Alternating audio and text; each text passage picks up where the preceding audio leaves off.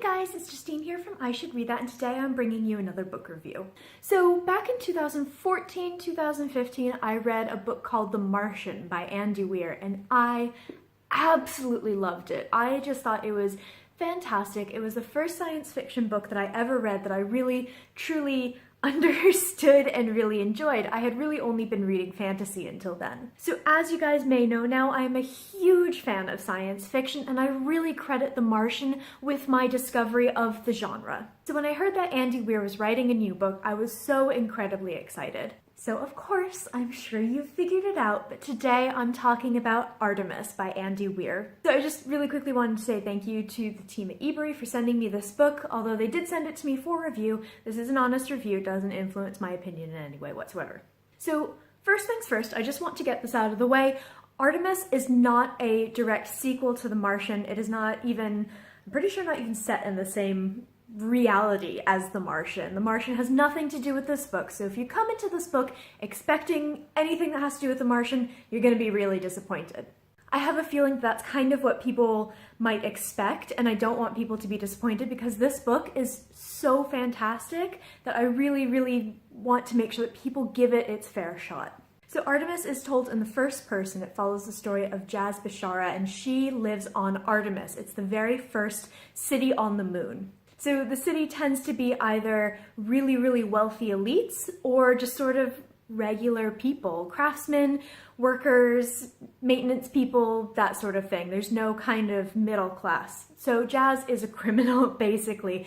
She moonlights as a porter, but she also smuggles contraband for the city's sort of elite and very wealthy people. So basically, Jazz is offered a whole bunch of money in order to pull a certain job. The plot of Artemis surrounds her planning for this job and then also sort of the repercussions that this job has. So I absolutely love this book. I love this book so much. So Artemis does not take place in sort of our time as The Martian kind of does.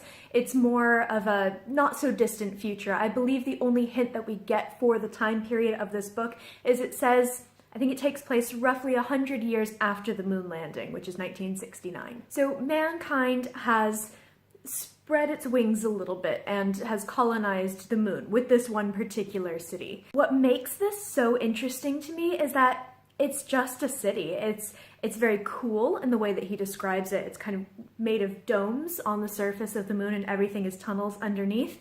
But it's just an ordinary city. He does everything from creating like fire safety measures to explaining how like the maintenance hatches work, and it just feels so incredibly real. This could be a real place. Like The Martian, I know that a lot of people are probably wondering about the science in this book. I'm not the right person to ask because science fiction used to just go straight over my head because of the physics and the science that's involved.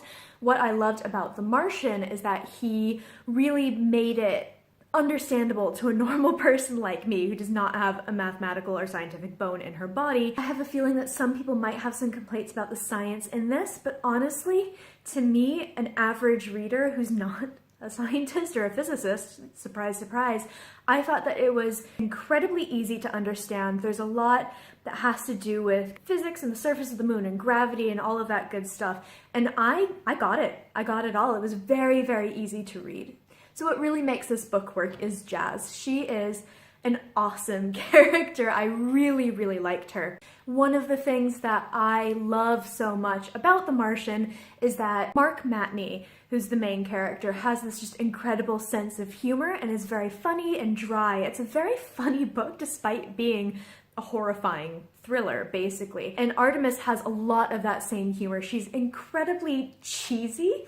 She's not necessarily always funny, but she's so cheesy. She's the type of person who laughs at her own jokes. I feel like a lot of people can really relate to her because she is the daughter of an immigrant. Her father is from Saudi Arabia, and she is from Saudi Arabia originally, but she was brought to the moon when she was quite young. She is sort of not following in her father's footsteps, which is what he would have loved, but she's decided to kind of go off and do her own thing. She's very, very proud. She, you know, is kind of a shitty person. She's not really someone that you would want to know in real life.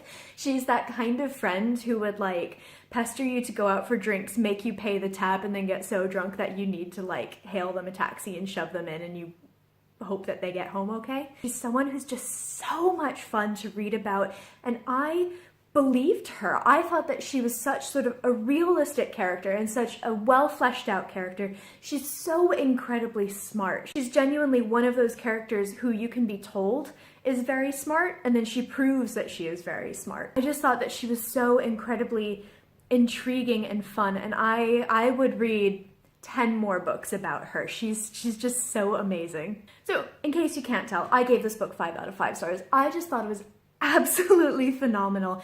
It's so funny and it's so riveting, and to me it felt so incredibly realistic. It's really genuinely the same kind of humor that you get in The Martian, the same kind of science fiction that's good for beginners but is also good for people who have been reading sci-fi for years and years and years. I just thought that it's such an incredibly good book. It's very similar to The Martian in ways that we would want. So it is still very funny. It does have very good dialogue, and it does have very understandable science. However, it steps out from the shadow of The Martian and stands alone very solidly as its own thing. It's its own book. I thought that it's just as good, if not better, than The Martian was, which is saying a lot for me. So if you're interested in buying this book, it actually comes out today here in the UK, and I would just so highly recommend it. I loved it. I absolutely loved it. And if you're a fan of The Martian, I think you will too. So if you've already read Artemis, then please let me know what you think. I'd really love to talk about it. If this is a book that you've been waiting for a while, if it's a book that you're interested in picking up, then definitely let me know. If you've read The Martian as well and you liked it, then absolutely let me know. Go ahead and subscribe if you want to see more reviews, book hauls, wrap-ups, all kinds of bookish things here, and I will see you next time.